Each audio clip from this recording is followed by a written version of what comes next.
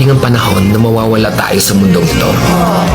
At kapag dumating ang panahon na yun, hindi mahalaga sa kung gaano karami ng pera ang naipon mo sa bangko. Hindi rin mahalaga sa kung gaano ka successful sa trabaho or sa business mo.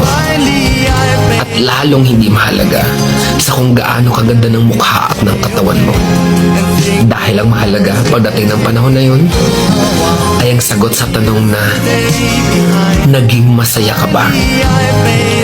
Nagawa mo ba ang kagustuhan ng puso mo kahit pag-gaano ka malito sa mata ng mundo? Dahil sa huli naman, ikaw naman magdadala ng mga memories na yon sa libingan mo. Hindi naman ang mga tao sa paligid mo. So make sure na bago pa dumating ang panahon na aalis na tayo sa mundong